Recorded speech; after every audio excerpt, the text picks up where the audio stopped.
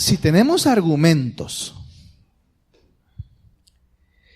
para pensar estar bien con Dios por nosotros mismos, hemos aprendido a través del estudio de estos primeros 2 capítulos, hemos aprendido, hermanos, que no es cierto. Es decir, no tenemos argumentos para pensar estar bien con Dios debido a nosotros mismos. Y esa es la razón por la que vimos que tanto incrédulos como cristianos profesantes o que dicen ser cristianos, nos hemos sentido aludidos en esos primeros 2 capítulos de Romanos. Hoy el título es una necesidad universal. Y puse ahí la pirámide, ¿cómo le llaman a esta pirámide? Vamos a ver quién lo sabe. ¿Alguien dijo por ahí? Maslow, ¿verdad? Las necesidades básicas del ser humano. Y la necesidad está aquí, ¿verdad? Tapen esto, ¿no? Pero yo le agregué esta otra capa. ¿Verdad? Agreguémosle a Maslow ahí. Le faltó a Maslow.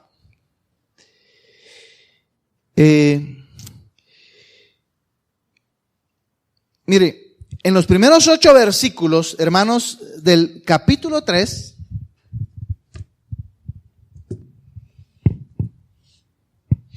el apóstol va a responder algunas objeciones que pueden plantearse ante lo descubierto en los capítulos anteriores, sobre todo en los versículos del 25 al 29 del capítulo 2. Mire, estas objeciones que se plantean en este capítulo 3, hermanos, tienen un trasfondo judío, podríamos decirlo así, que no obstante, quizás no las escucharíamos hoy en día, muchas de ellas no las escucharíamos, de estas objeciones que el apóstol plantea allí, no las escucharíamos quizás mucho hoy en día, si nos muestran, hermanos, el amor y el respeto que el apóstol Pablo tiene a sus lectores, al punto de tomarse el tiempo para pensar en esa manera como los que los van a leer la epístola, la carta a los romanos, cómo esos lectores van a tomar esa enseñanza del apóstol Pablo.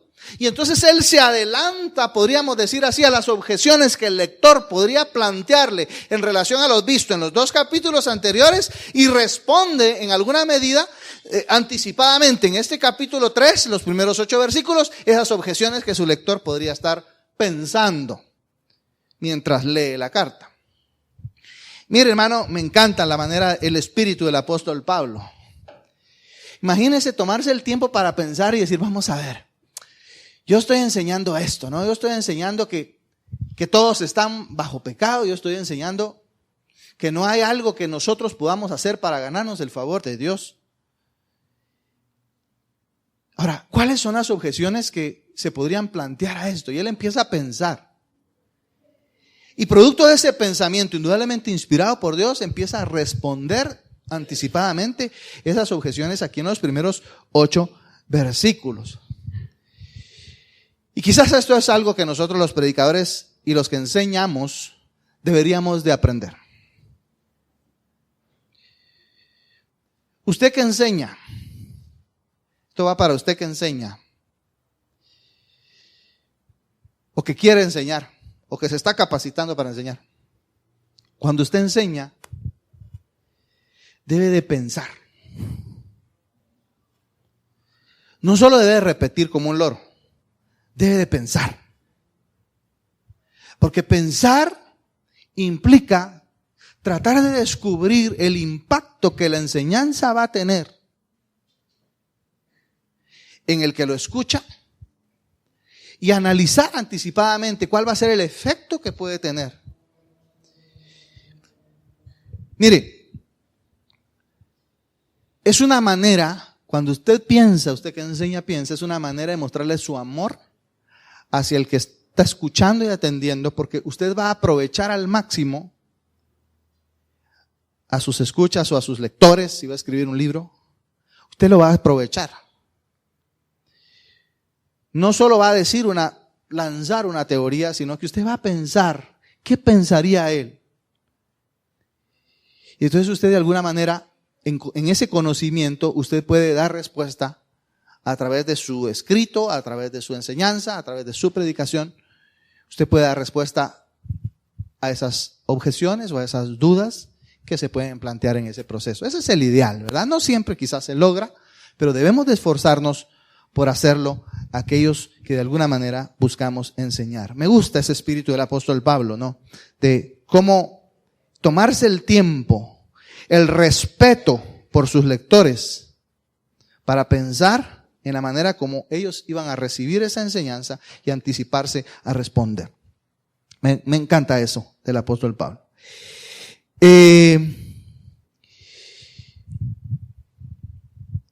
Podríamos decir, hermanos, que este es como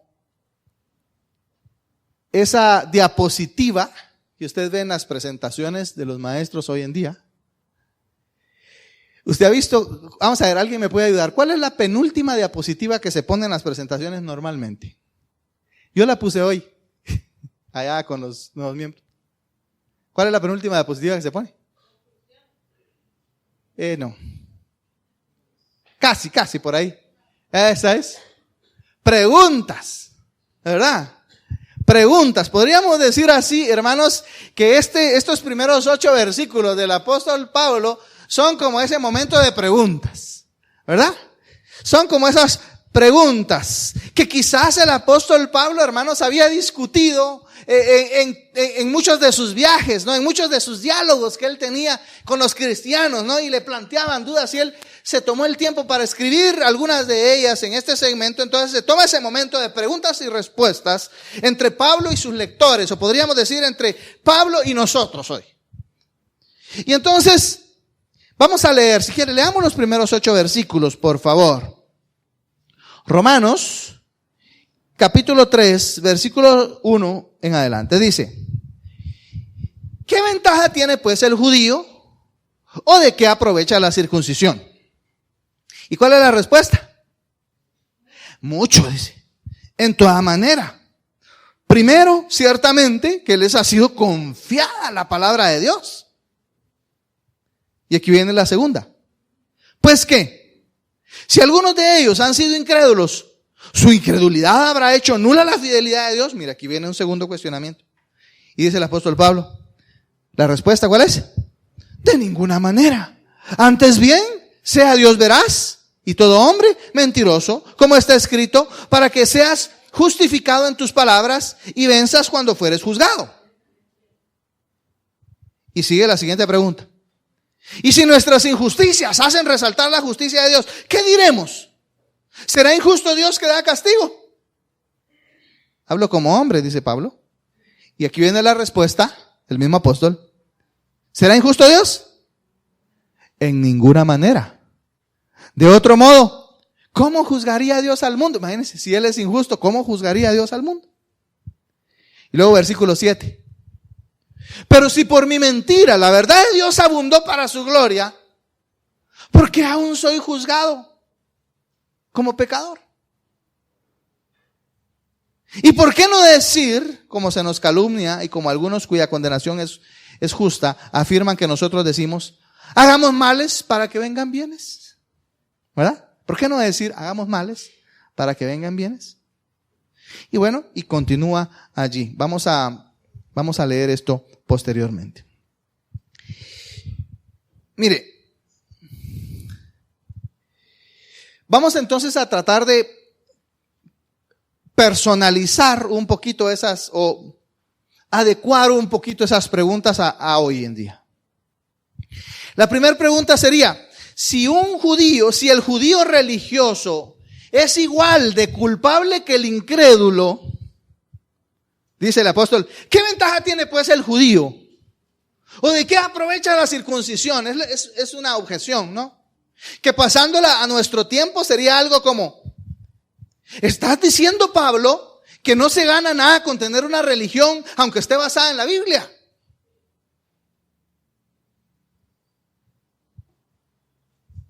No se gana nada, Pablo, con tener una religión aunque esté basada en la Biblia. Y entonces la respuesta de Pablo es: hay un gran valor en tener la Biblia y hay un gran valor en conocer la palabra de Dios. ¿Verdad que eso es lo que responde en el versículo 2? ¿Ah? Mucho, dice, en todas maneras. Primero, ciertamente que les ha sido confiada, ¿qué dice? La palabra ¿de qué? De Dios. Entonces, la respuesta del apóstol es, hermanos, a esa pregunta que poniéndola en nuestros tiempos sería: ¿no se gana nada con tener una religión, aunque esté basada en la Biblia? La respuesta del apóstol Pablo es: hay un gran valor en tener y conocer la palabra de Dios. ¿Sí o no?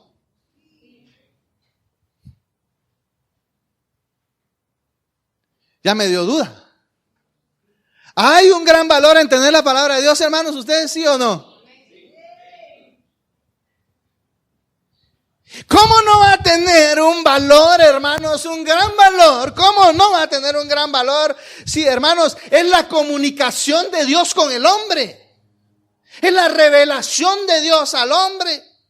¿Cómo no va a tener un gran valor la palabra de Dios? ¿Cómo no va a ser importante para los cristianos hoy en día tener la palabra? ¿Y cómo no va a ser importante poderla comprender? Y esa es la razón, o una de las razones por las que ustedes están en esta mañana aquí, porque de alguna manera quieren comprender un poquito más. Es importante. Entonces esta es la primera respuesta del apóstol Pablo a esa primera objeción. La segunda objeción, hermanos, es el versículo 3. Pues ¿qué dice? Si algunos de ellos han sido incrédulos, su incredulidad habrá hecho nula la fidelidad de Dios. Mira la pregunta que ellos hacen ahí, ¿verdad? Que pasándola a nuestros tiempos sería algo como: pues parece que esa palabra ha fallado, Pablo. Esa palabra que tú dices que es importante, parece que esa palabra ha fallado, porque muchos no han creído, aún siguen siendo incrédulos a pesar de que ahí está la palabra. Muchos no han creído en el evangelio de Jesús, Pablo. Y si no han creído en el evangelio de Jesús es porque no ha habido fe, no han vivido por fe. Parece que tu palabra que tú dices ahí, Pablo, ha fallado.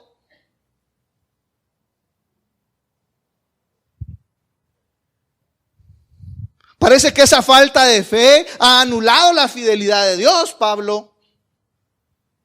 ¿Cuál es la respuesta? La respuesta de Pablo es: a pesar de que su pueblo no ha creído, sus promesas de salvación son verdaderas, porque nuestra infidelidad solo revela cuán comprometido está Dios con su promesa de salvación. ¿Qué dice el versículo 4? De ninguna manera, antes bien sea Dios veraz y todo hombre mentiroso, como está escrito, para que seas justificado en tus palabras y venzas cuando fueres juzgado. A pesar entonces de que algunos no han creído a consecuencia de la palabra, ¿será que eso anula la promesa de Dios? Nunca las promesas de Dios pueden ser anuladas consecuencia de nosotros los hombres. La tercera pregunta es: ¿y si nuestra injusticia hace resaltar la justicia de Dios? Versículo 5, ¿verdad? ¿Qué diremos? ¿Será injusto Dios que castiga? Que pasando la pregunta a nuestros tiempos sería: si es necesaria la injusticia humana para que se exalte la justicia de Dios. Si es necesario que seamos injustos para que se muestre cuán grande y justo es Dios. ¿No será que Dios es injusto cuando nos castiga por ser injustos? Como quien dice, si nuestra injusticia sirve para exaltar la justicia de Dios, entonces ¿por qué Dios nos castiga, verdad? Si cada vez que somos injustos se ve el más justo, ¿no? ¿Por qué nos castiga? ¿No es injusto Dios cuando nos castiga? La respuesta de Pablo es: no es sobre esa base que Dios juzgará al mundo. Porque Pablo y judíos están de acuerdo de que debe haber un juicio.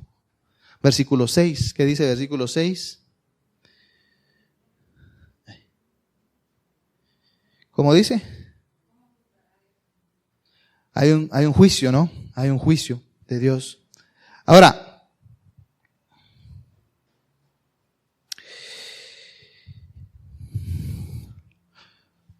número 4.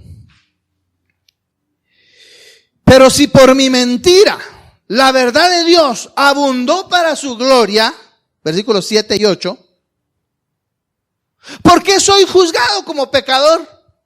Es más o menos la misma anterior, ¿no? ¿Y por qué no decir, hagamos males para que vengan bienes, ¿no? Hagamos malos, ¿verdad? Si es por mi mentira, ¿no? Que la verdad de Dios abundó para su gloria. Entonces hagamos males, pues, para que siga abundando la bondad de Dios. Pasándola a nuestro tiempo sería algo así como, si mi pecado hace que Dios se vea mejor, entonces debería de pecar más para que su gloria se vea más claramente, ¿no? Y la respuesta del apóstol es, decir que pecas para que Dios te ame es una actitud condenable. Es como querer justificarte a ti mismo de vivir sin límites, sin reglas. Entonces la conclusión, hermanos, a la que el apóstol Pablo nos lleva es la del versículo 9. Por favor, vayamos al versículo 9. Dice, ¿qué pues? ¿Somos nosotros mejores que ellos? ¿Qué dice el apóstol? En ninguna manera. Pues ya hemos acusado a judíos y gentiles. ¿Que qué, hermanos? Todos están bajo pecado. Como está escrito, no hay justo ni a uno. No hay quien entienda. No hay quien busque a Dios. Todos se desviaron, a unas se hicieron inútiles, no hay quien haga lo bueno, no hay ni siquiera uno. Sepulcro abierto es su garganta, con su lengua engañan, veneno de áspides hay debajo de sus labios, su boca está llena de maldición y de amargura, sus pies se apresuran para derramar sangre, quebranto y desventura hay en sus caminos, y no conocieron camino de paz. Y mire qué tremendo remate de esto, dice, no hay temor de Dios delante de sus ojos. No hay temor de Dios. Hermanos, la conclusión entonces del apóstol es, todos estamos bajo pecado. No hay un solo justo. No hay uno solo. Ser injusto, hermanos, es un término, podríamos decir así, que indica posición, es un término posicional, es decir, estamos delante de Dios, pero no tenemos una buena relación con Dios. No tenemos una buena relación con Él, ni con los demás, a todos los que hemos agraviado, ¿no? Por otro lado, aquí habla de que todos estamos bajo pecado, dice también, ¿no? Estar bajo pecado es un término legal. Aquel injusto es un término posicional, es la posición, pero este es un término legal.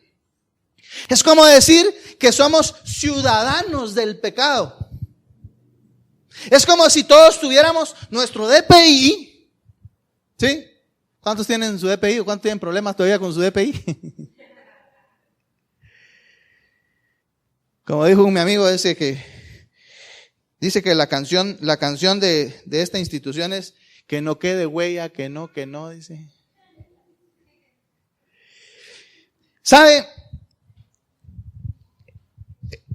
Ciudadanos de pecado. Es como si todos tuvieran un documento personal de identificación espiritual que evidencie allí ese documento de identificación personal espiritual, su ciudadanía. Ese documento está sellado, ahí tiene un sello, ¿verdad? Si no, piénselo como un pasaporte, pues. Tiene un sello, y ese sello dice, bajo pecado. Bajo pecado. O por otro lado puede decir, bajo la gracia. Entonces la tremenda declaración del apóstol Pablo es que el DPI espiritual de todos, tiene el término bajo pecado. Y esto, por supuesto, hermanos, que no significa que cada persona sea igual de pecaminosa que cualquier otra, ¿verdad? No significa eso. Más bien, hermanos, significa que nuestra condición legal es la misma de todos. ¿Cuál es esa condición legal? Perdidos. Todos estamos bajo pecado. Perdidos. ¿Y sabe qué, hermano? No hay niveles de perdición. Porque alguien podría decir, no, yo es que estoy casi salvo. Mire, yo estoy un cuarto de perdido. O medio perdido. ¿Verdad? O 3/4 de perdido, no casi la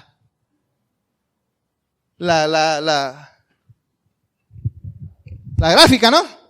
Un pay, ¿no? Lo que les enseñan a los muchachos ahora, ¿no? Estoy un cuarto de perdido, ¿no? Estoy medio perdido, ¿no? Ya es la mitad, ¿no? O estoy 3/4 de clase de matemática para los chicos. O estoy totalmente perdido. O estoy bien perdido, o recontra perdido, super perdido, ultra perdido, mega perdido. O como dijeron, tera perdido, peta perdido.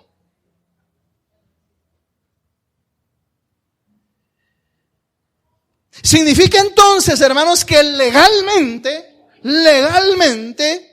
todos estamos perdidos y sabe, no hay grados de perdición.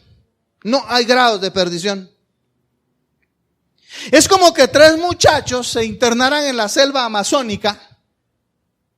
Y me mira un amigo que quizás conoce algo de ahí. Como que 3 muchachos se internaran en la selva amazónica. El primero vive 3 días y es comido por un león. El segundo vive 8 días y muere de una infección intestinal. Y el tercero muere a los 10 días por falta de alimento. ¿Está uno más perdido que los demás? ¿Está uno más vivo que los demás? La respuesta es no. Todos están igual. No importa cuánto tiempo sobrevivió cada uno, los 3 terminaron igual. Y ese es el diagnóstico de Dios a través del apóstol Pablo. Todos estamos perdidos. De manera que el irreligioso, o el que no tiene una religión, el ateo, el falto de religión, puede confiar incluso hasta en su moralidad y decir, no, yo para qué tengo una religión si de todos modos, mire, yo vivo mejor que los que dicen ir a la iglesia. Él puede vivir, confiar en esa moralidad. Por su lado, el pagano puede disfrutar del libertinaje sexual, sensual o lo que quiera, como el capítulo 1. Y de todas maneras, sea uno o el otro, ninguno de ellos llega a estar cerca, tan siquiera, de tener un corazón justo por sí mismo. Más bien se demuestra que ambos están igualmente perdidos. Ambos están igualmente condenados a morir como estos 3 muchachos. Entonces el DPI espiritual de todos nosotros dice, ¿qué dice? Perdidos, pecadores. Entonces el apóstol Pablo, hermanos, acá nos presenta argumentos suficientes por los que todos están bajo pecado. El versículo 9 dice, ¿no? Que todos están bajo pecado. ¿Sí? Dijimos que esto es una condición legal. Legalmente todos estamos bajo pecado.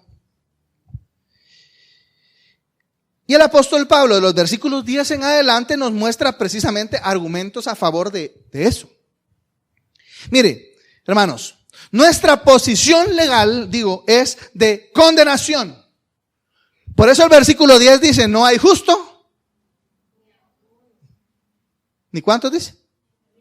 Un tercio, sí hay justo. No, ¿qué dice? No hay justo, ni aún uno. Nadie entonces, hermanos, es legalmente justo. Nadie es legalmente justo, nadie. ¿Y sabe qué? Nadie puede cambiar eso humanamente. Nadie puede hacer que eso cambie. Somos culpables, estamos condenados. Y por eso el apóstol dice, no hay justo ni aún uno. No hay justo ni aún uno. Y luego sigue diciendo el versículo 11, no hay quien entienda. Nuestra condición mental, entonces, hermanos, mire, dijimos, número 1, si quiere puede ir anotando ahí. Número 1, nuestra posición legal es de condenados. Nuestra condición mental es de no entendidos. Y no es que nos esté maltratando el apóstol Pablo. Pero él dice, no hay quien, versículo 11, entienda, dice. No hay quien entienda. Entonces nuestra condición mental, hermanos, es de no entendidos. De manera que no entendemos la verdad de Dios. Tenemos oscurecido el entendimiento. El apóstol Pablo manifiesta eso en Efesios 4:18, cuando dice que tenemos oscurecido el entendimiento. No porque a Dios se le ocurrió oscurecernos el entendimiento, sino más bien por la dureza del corazón del ser humano. Número 3, el tercer argumento del apóstol Pablo es, hermanos, nuestros motivos.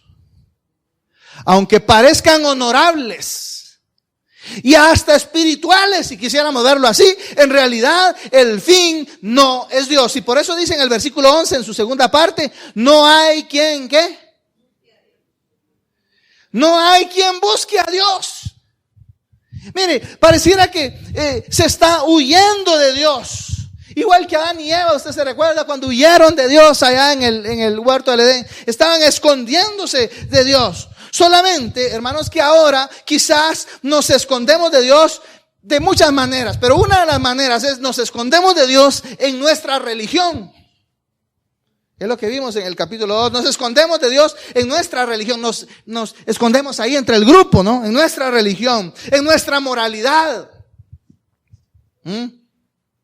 En el mejor de los casos, nos escondemos en esa religión y moralidad. Y digo, en el mejor de los casos. Porque en el peor nos escondemos en el libertinaje.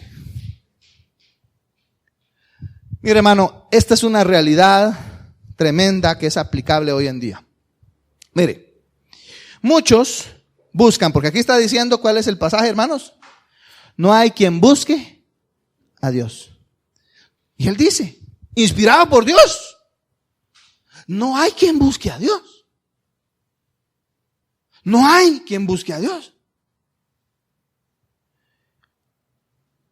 Y digo que es aplicable hoy en día porque, ¿sabe? Muchos buscan una religión, pero no buscan a Dios.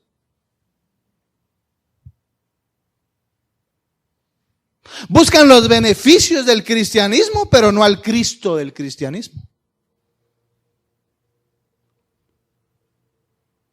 No tienen un verdadero deseo de conocer a Dios. No tienen ese verdadero deseo. No tienen el deseo de encontrarlo, de disfrutar de Él, de la persona de Cristo, de Dios. Mire, Pablo no está diciendo que nadie busca a Dios para que conteste sus oraciones, o para tener mayor poder espiritual, o para tener mayor paz, o incluso mayores experiencias sobrenaturales. De hecho, muchas personas hacen eso hoy en día. Porque buscan a Dios y cuando oran, lo buscan ¿por qué? Lo que Pablo está diciendo acá, entonces, hermanos, es que nadie impulsado por su propia voluntad, actuando por su propia capacidad, quiere encontrar a Dios. Alguien incluso puede tener un interés intelectual también. Es esa posibilidad de la existencia de Dios, ¿no? Y empieza a investigar intelectualmente, ¿no? La existencia de Dios. Pero esa no es una pasión verdadera por encontrar al Dios verdadero. Porque incluso detrás de ese intelectualismo se puede descubrir cómo a pesar de buscar intelectualmente, finalmente evita enfrentarse con Dios.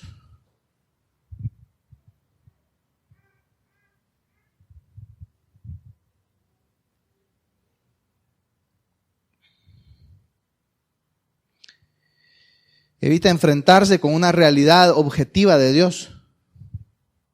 Mire, otra persona puede buscar a Dios como consecuencia de un problema en su vida. Y eso lo ve uno mucho hoy en día, y por eso hay religiones que usted ve que están llenas, porque ¿quién no tiene problemas, no? Levante la mano a alguien que no tenga ningún problema hoy, que ha venido sin problemas hoy. Todos estamos con problemas, ¿verdad? Qué bueno, me motiva mucho saber que todos tenemos problemas. Yo pensé que era solo yo el centro del mundo. A veces pensamos que somos el centro del mundo, ¿ah? Es que solo yo, nadie sufre como yo.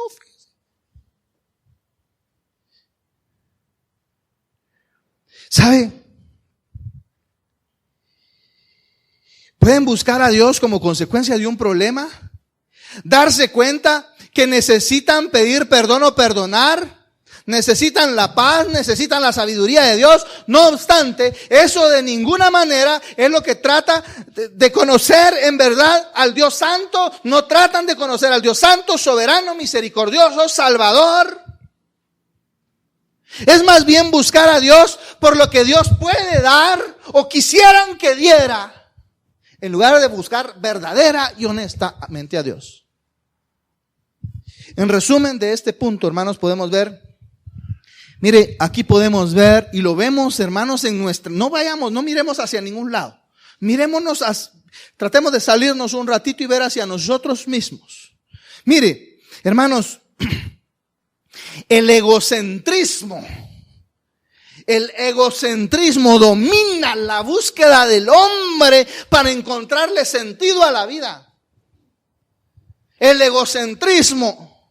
Solo queremos las bendiciones al mismo tiempo que queremos seguir controlando nuestra propia vida, nuestro propio destino, bajo nuestras normas, bajo nuestras reglas, en lugar de rendirnos honesta y sinceramente a Dios.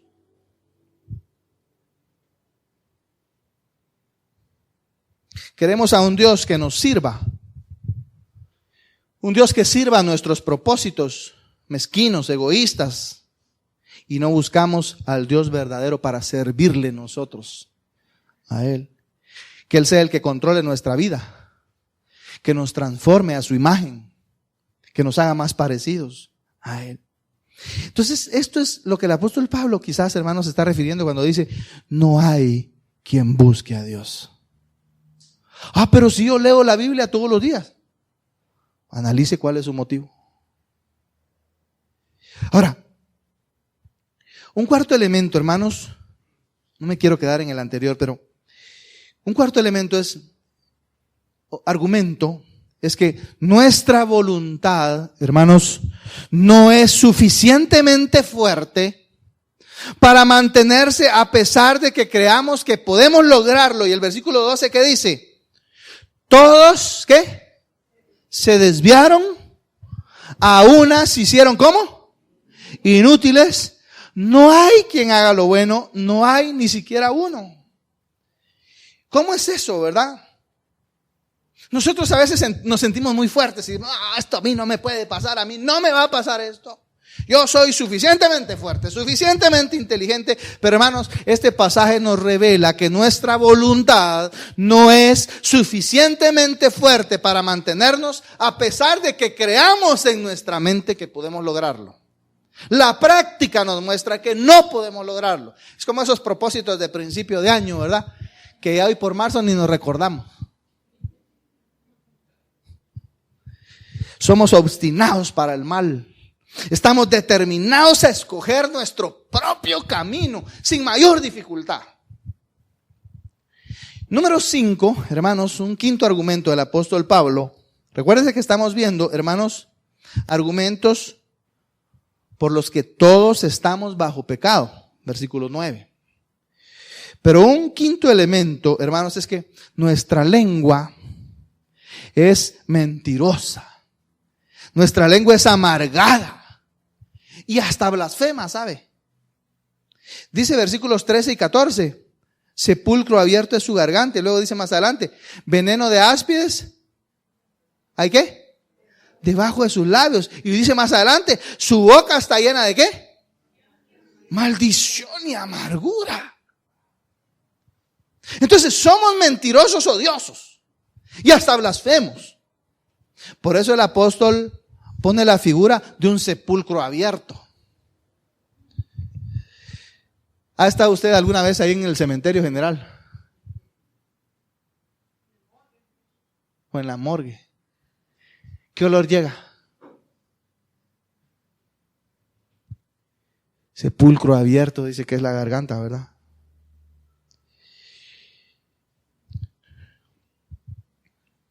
Es decir, un olor fétido, un olor podrido.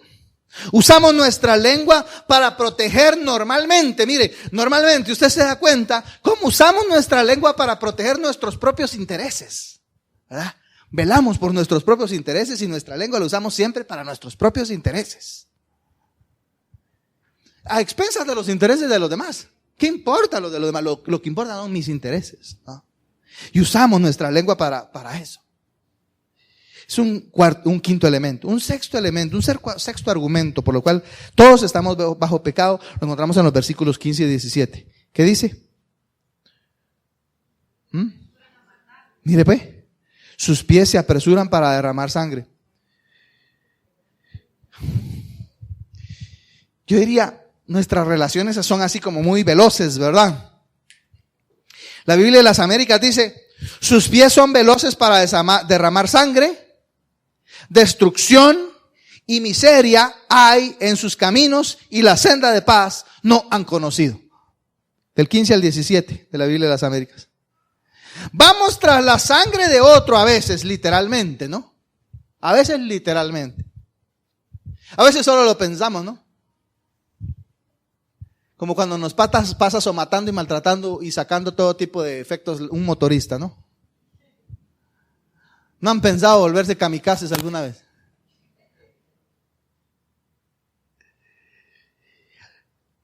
Vamos tras la sangre de otro, a veces literalmente. Pero otras veces tratamos de derribar a aquellos que se nos atraviesan en nuestro camino, ¿no? Aquellos que no nos caen muy bien. Aquellos que consideramos que son nuestra competencia. ¿Ah? Nos enojamos profundamente, guardamos rencor contra aquellos que han bloqueado nuestro acceso a nuestro ídolo, a un ídolo que nosotros tenemos. ¿Nos demos cuenta o no? Pero nos molesta eso, nos enojamos profundamente, guardamos rencor contra aquellos que han reducido nuestra comodidad, nos han sacado nuestro punto cómodo y nos han incomodado. Aquellos que han impedido o aquellos que han postergado un logro personal, una meta personal, el cumplimiento de una meta personal, sea esta académica, ¿no? ¿Cuántos se recuerdan de un maestro malo que retrasó sus... Mire, yo tuve uno de primero a tercero y lo recuerdo muy bien.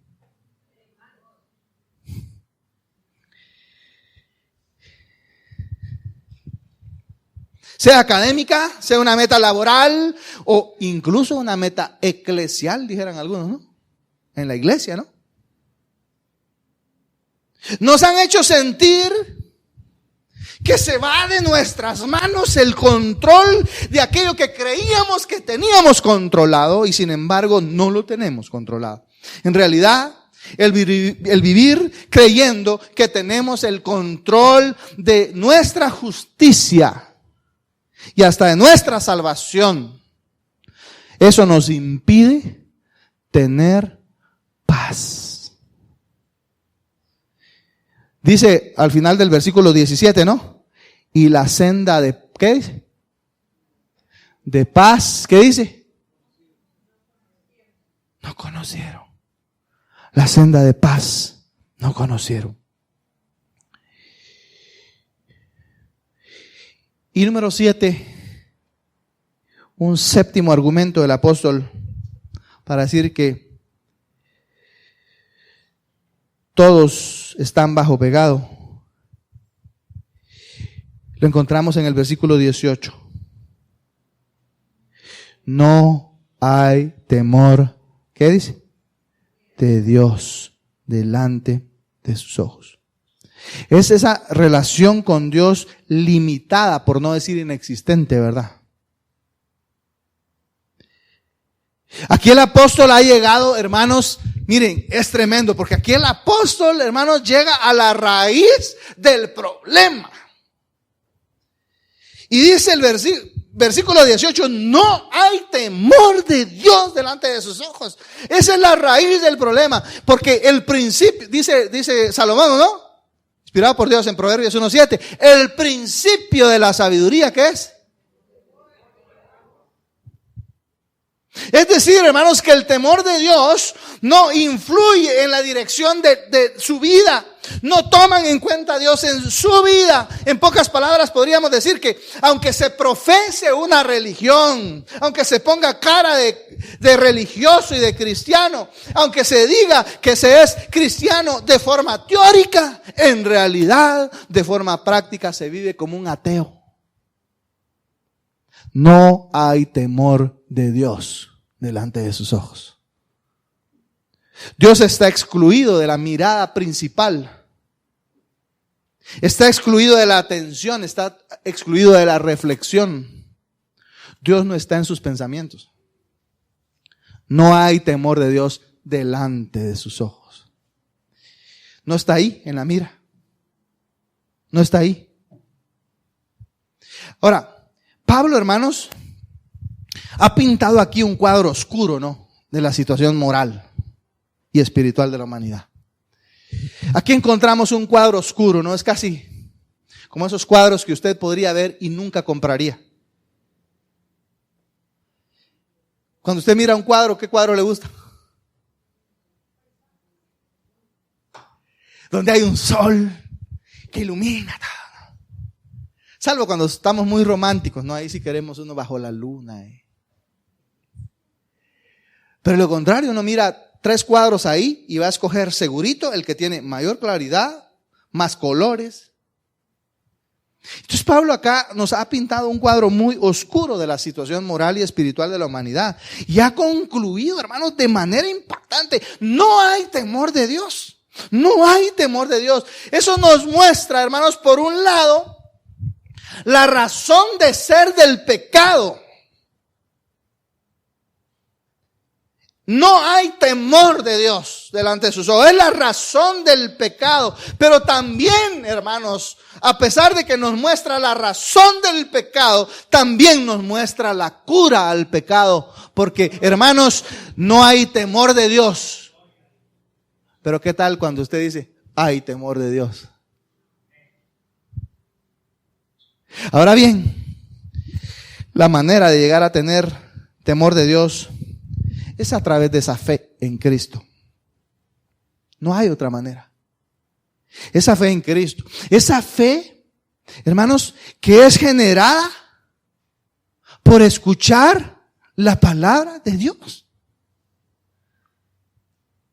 Y es por eso que el apóstol Pablo empezó este segmento diciendo que la palabra de Dios es importante, porque era lo que estaban diciendo. Bueno, si la palabra de Dios no es importante, pero el versículo 2, ¿qué dice?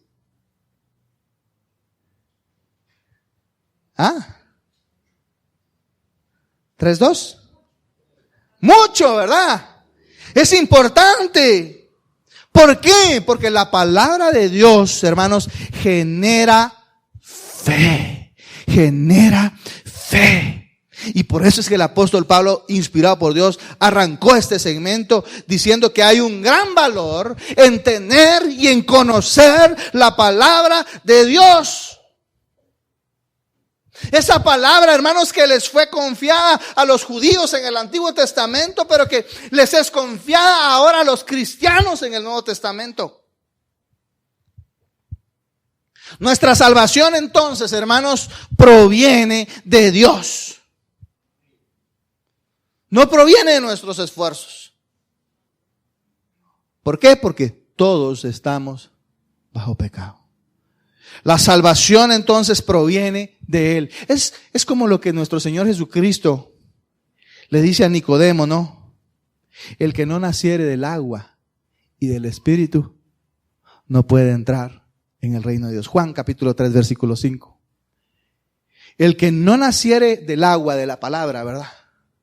La palabra de Dios. El que no naciere del agua, por el efecto de la palabra de Dios que produce fe en el individuo, el que no naciere del agua y del Espíritu, con E mayúscula, del Espíritu Santo, el toque del Espíritu Santo.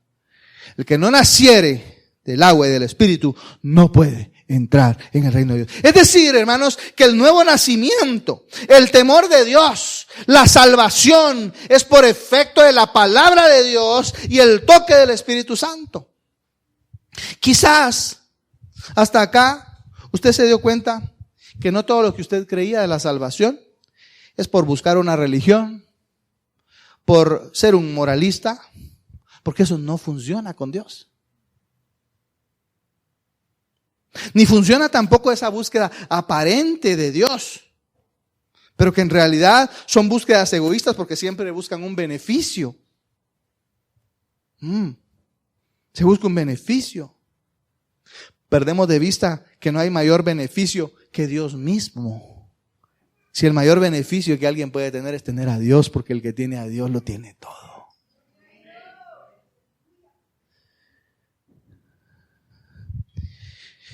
Pero si ese es su caso, que usted se dio cuenta que su búsqueda de Dios no había sido correcta, si ese es su caso, yo lo invito en esta tarde a pedirle perdón a Dios, a rendirse completamente a Dios.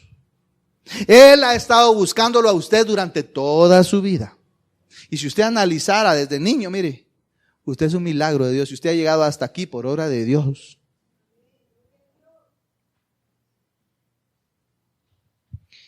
Dios lo ha estado buscando. Deje ya de resistirse. Ríndase solamente a Él. Deje de luchar. Deje de luchar por darse lo que nunca podrá darse, porque solo Dios a través de Cristo puede darle a usted la salvación. Y esto es el Evangelio, las buenas nuevas de salvación en Cristo Jesús. Es el Evangelio. ¿Sabe? Termino con esto, con el ejemplo de Jacob. Jacob, un luchador, ¿verdad? De hecho, eso significa su nombre. El que lucha. Jacob. Desde el vientre de su mamá venía peleando con el hermano, luchando con el hermano. Luchó para, ¿verdad? En sus fuerzas y en sus razonamientos para quitarle la primogenitura a su hermano. Luchó para robarle la bendición a su hermano. Luchó para ganarse el pan allá con Labán. Luchó para 21 años para finalmente tener la mujer que quería. Luchó para irse, luchó y finalmente pensaba hasta casi que luchar con su hermano de manera astuta. Y finalmente luchó con un varón de Dios. Y ahí fue transformado. Ahí fue transformado. ¿Y sabe cuándo fue transformado?